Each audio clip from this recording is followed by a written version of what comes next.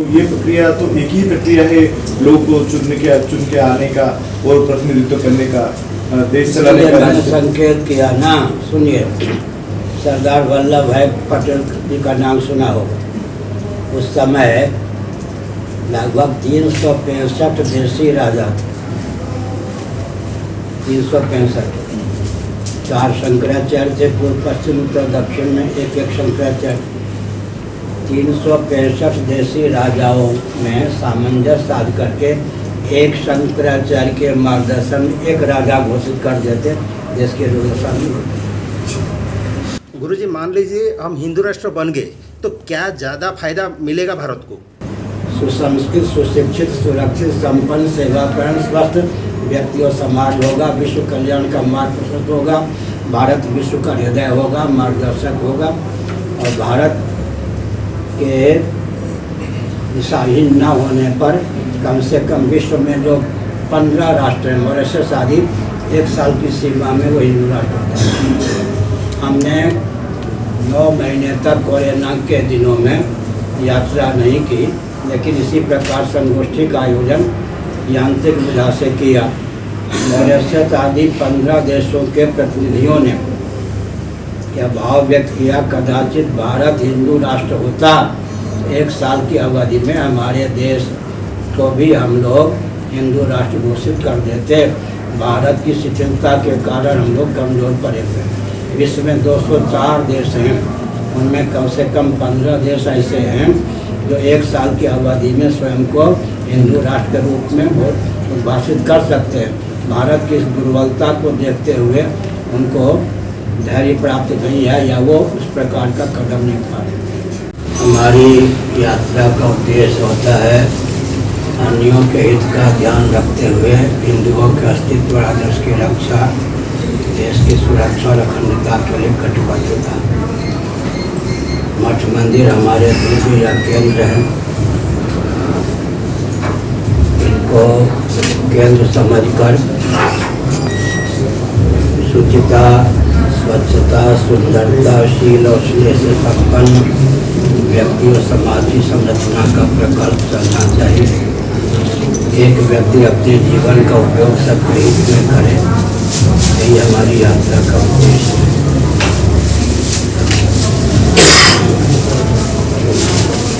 मंत्रिमंडल में 4 ब्राह्मण, शिक्षाविद, 8 क्षत्रिय हों ताकि रक्षा की प्रणाली शिथिल न पड़े, दूषित न हो, विकृत न हो। 21 वैश्य हों ताकि अर्थक प्रकल्प सुरक्षित रहे। 3 शूद्र हों ताकि कुटीर उद्योग, लघु उद्योग, सेवा के प्रकल्प ठीक ढंग से चले। 1 शूद्र तथा सांस्कृतिक मंत्री हो, तो हर व्यक्ति, हर वर्ग का प्रतिनिधित्व था या नहीं, अनुपात या रेशियो पर विचार करें कितना वैज्ञानिक था। 4, 8, 21, 3, 1।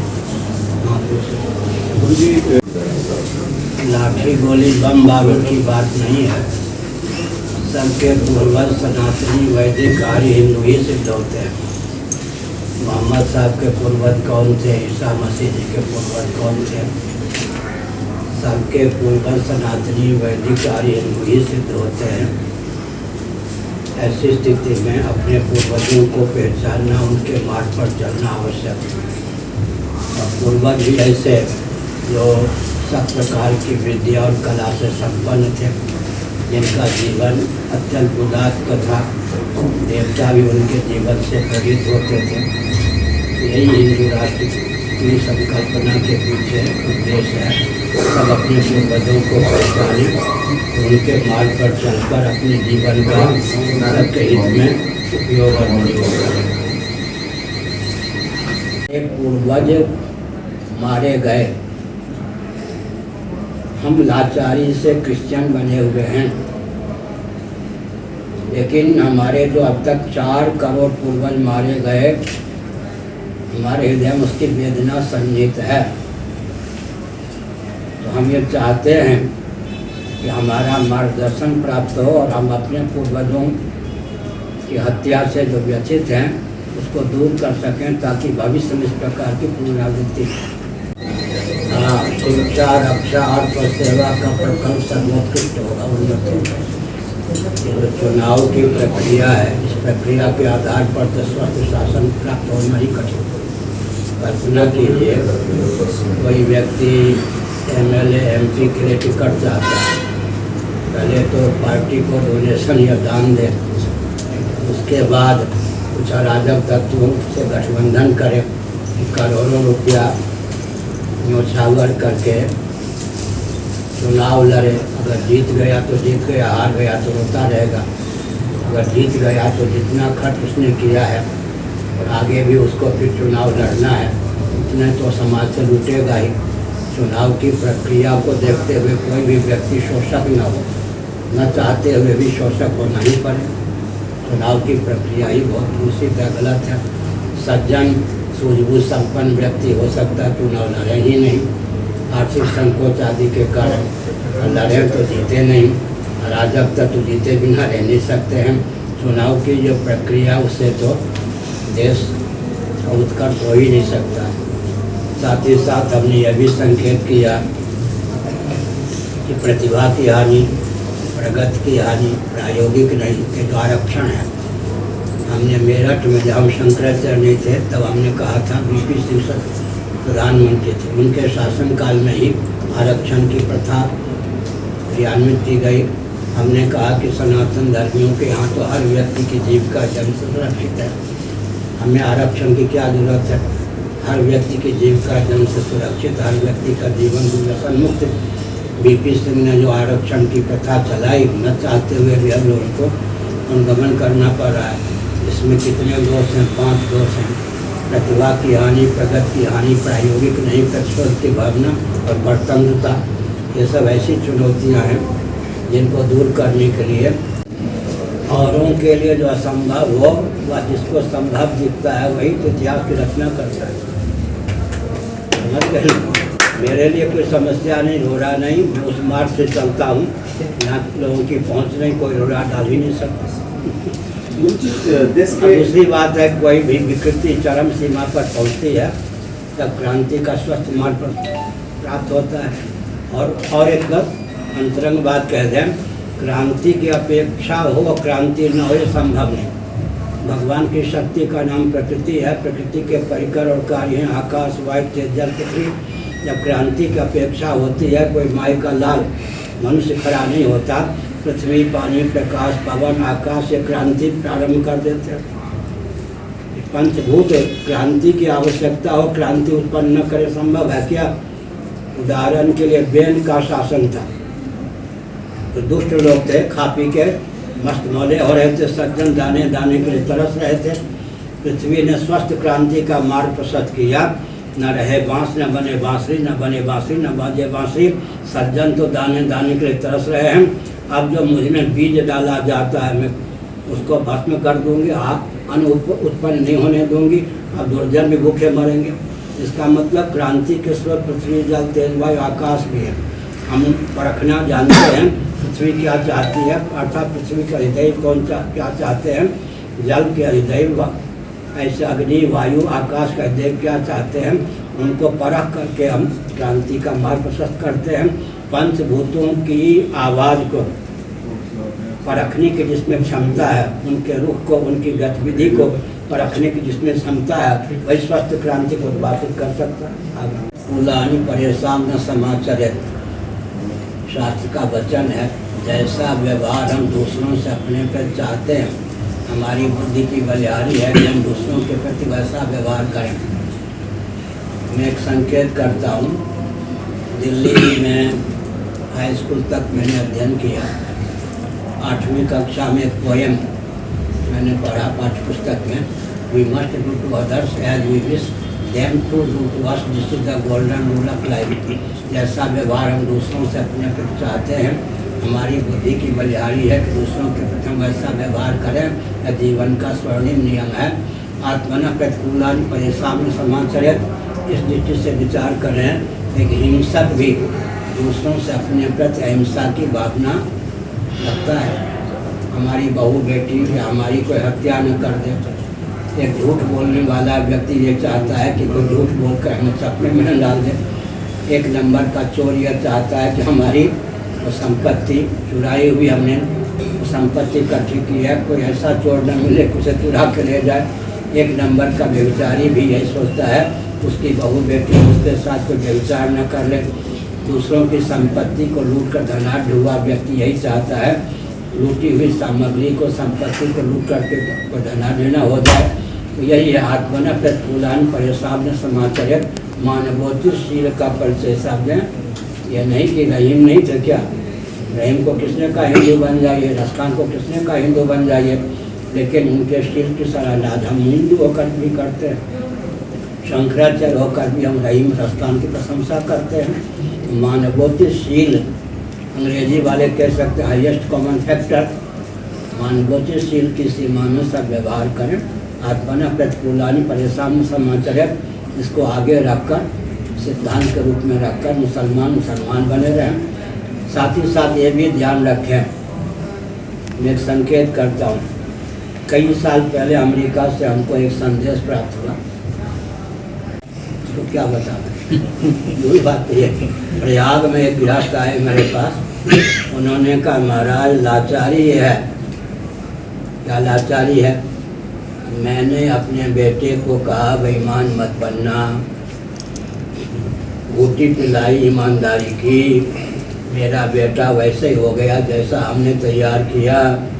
अब वो दुकान पे बैठता है, बेईमानी नहीं करता, उचित लाभ होता क्या है उसका व्यापार ही नहीं चल रहा है। अब मैं रोती हूँ कदाचित मैंने इसको ईमानदार न बनाया होता। उसके बेटा ने कहा कि मैं अब यूँ रोता हूँ कि मैं बेईमान नहीं हो सकता। परिस्थिति है, अगर कोई माता पिता आजकल बेटे को ईमानदार भी बना दें, बेटा ईमानदार बन जाए तो बेटा भी रोता है माता पिता के नाम पर, माता पिता रोते हैं भाई हमने अगर बेईमान न बनाया होता तो घर में रोटी तो ठीक से नहीं थी। परिस्थिति ये हो गई है कि व्यक्ति न चाह करके भी बेईमान बनने के लिए बाध्य। उदाहरण के ये उड़ीसा है ना, नियम है कोई भी मठ इतने रुपये महीने में चले, जन ढंग से हुआ उसके मूल में वो कारण है। विभाजित देश को नेहरू जी के समय से लेकर ढंग से संचालित किया, तुष्टिकरण की सत्तारूढ़ता की जो विधा थी उसको उसमें हेतु है। जानबूझ कर अराजकता पाली गई है ना, जानबूझ कर देश का विभाजन ही गलत ढंग से हुआ, विभाजित भारत का शासन ही गलत ढंग से हुआ। अच्छा, एक बड़ी विचित्र बात है, सरदार वल्लभ भाई पटेल कदाचित प्रथम प्रधानमंत्री होते, देश ऐसे होता है।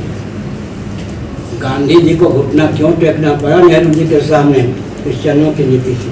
सरदार वल्लभ भाई पटेल को प्रधानमंत्री मत बना, हमारे अनुकूल व्यक्ति को प्रधानमंत्री बना, गांधी जी से चूक हुई, उस चूक का फल भोगते रही।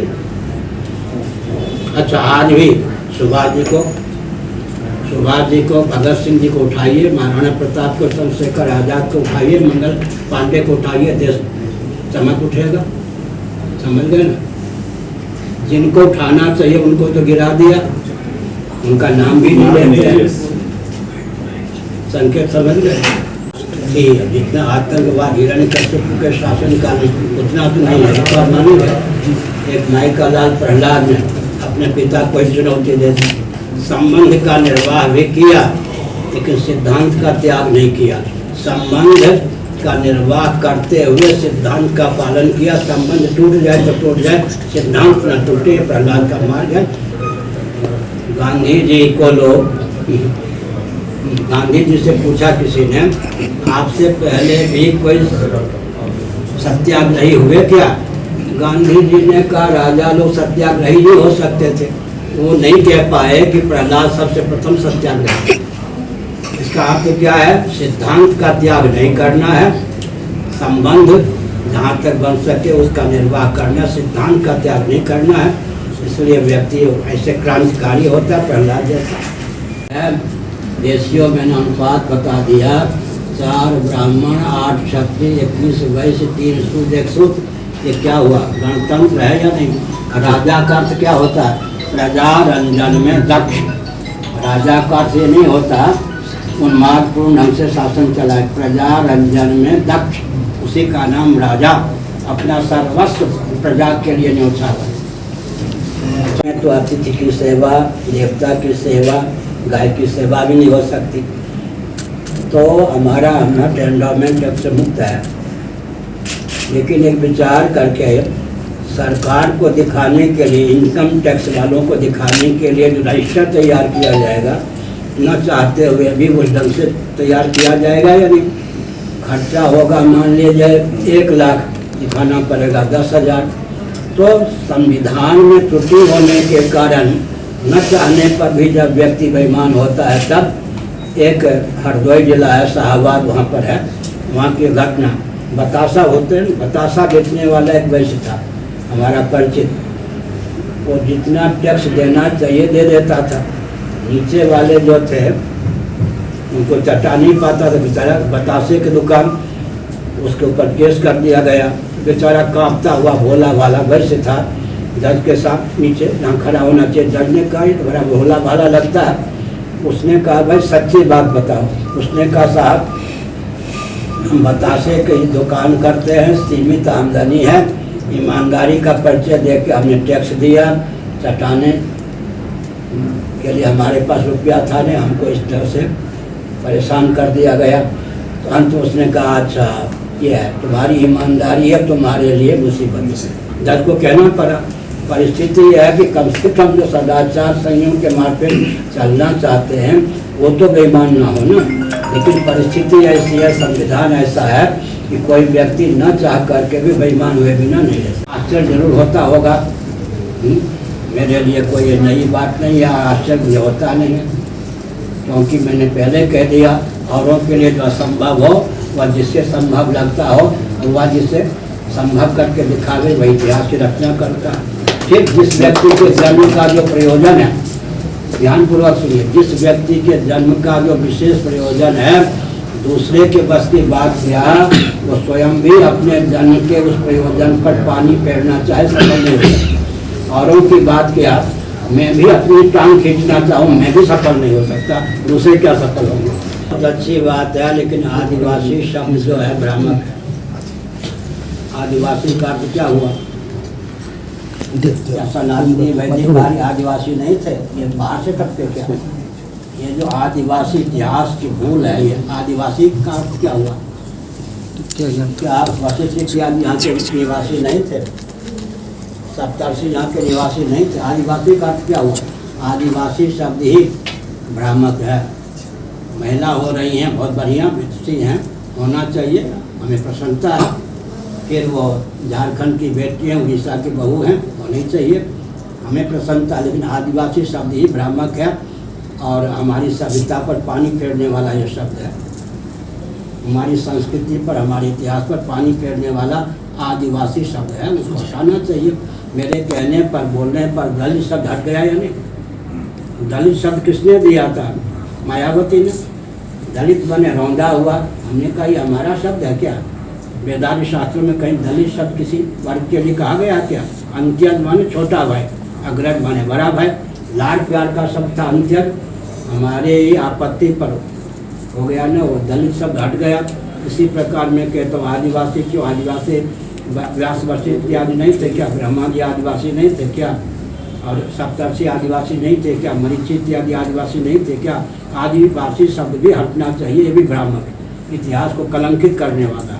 रक्षा अर्थ और सेवा का प्रकल्प सदा संतुलित रूप में सबको सुलभ रहे, इसलिए जन्म से जो ब्राह्मण क्षत्रिय वैश्य शूद्र हैं उनकी उपयोगिता है या नहीं? नहीं तो आपको वैकल्पिक ब्राह्मण बनाना पड़ेगा, वैकल्पिक क्षत्रिय, वैकल्पिक वैश्य, वैकल्पिक शूद्र। America, Britain, Germany, Japan, France की लाचारी है। हमारे यहाँ जब परंपरा से क्या शिक्षा, रक्षा, अर्थ और सेवा के प्रकल्प को चलाने वाले ब्राह्मण आदि हैं, विकल्प की क्या आवश्यकता है? विकल्प वहाँ कहते हैं ना, भावेशाली चूर्णम मुख्य ना हो, हमारे यहाँ मुख्य है, तो विकल्प की क्या आवश्यकता? दूसरी बात यह है, विकासवादियों को मैं चुनौती देता हूँ। गीता के पहले अध्याय में अर्जुन का वचन है, जाति धर्मा कुल धर्मा च शाश्वता, कुल धर्म सनातना। जाति धर्म और कुल धर्म शाश्वत सनातन है। यह गीता का सिद्धांत है, पूर्व पक्ष नहीं है।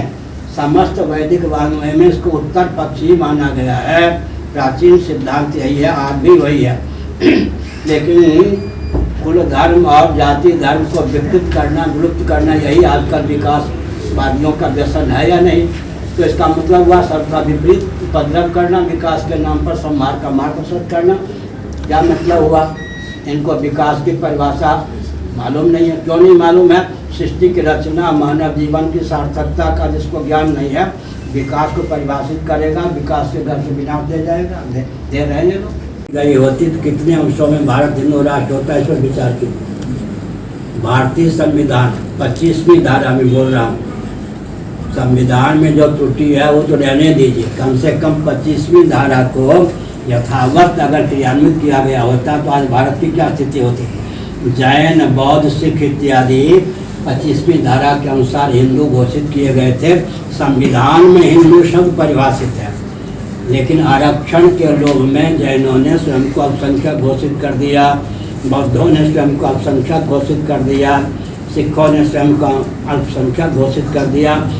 संविधान में जो अच्छाइयाँ थीं उनका भी अनुपालन किया गया होता तो भारत की दशा नहीं होती। अच्छा, अगर जैन, बौद्ध, सिख इत्यादि भी 25वीं धारा के अनुसार हिंदू के रूप में उद्भाषित होते तो जनसंख्या की दृष्टि से पूरे विश्व में दूसरा स्थान हमारा होता, पहले स्थान पर पहुंचने का मार्ग अब तक प्रशस्त हो गया होता। सीबीएसई हो कि सीएचएसई, प्लस टू साइंस हो कि कॉमर्स, सबु मेधावी छात्र छात्री मानकर प्रथम पसंद टीएससी गुरुकुल, जेउठी एमे मासकु मात्र 5,999 टंका दे रहिबा, खाइबा, ट्यूशन फीस, मेडिकल और इंजीनियरिंग एंट्रांस पाई कोचिंग सुविधा उपलब्ध करि परिबे। टीएससी गुरुकुल, गोठपाटना, भुवनेश्वर।